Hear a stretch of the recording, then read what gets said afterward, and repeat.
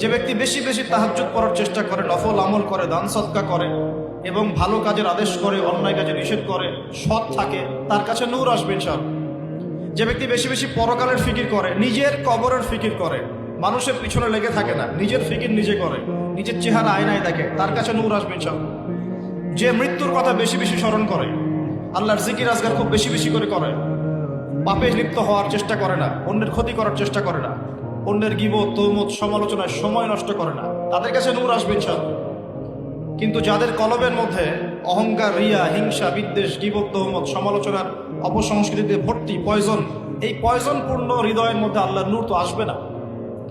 আমাদেরকে আল্লাহ রাব্বুল আলামিন তার রহমত থেকে নিরাশ হতে বারণ করছেন।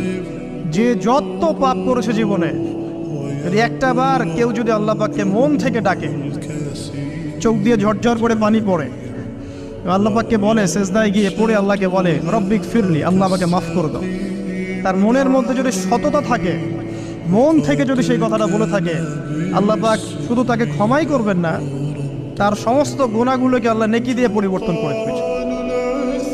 বরকত কি জিনিস আপনাকে বুঝাই। বরকত চোখে দেখা যায় না।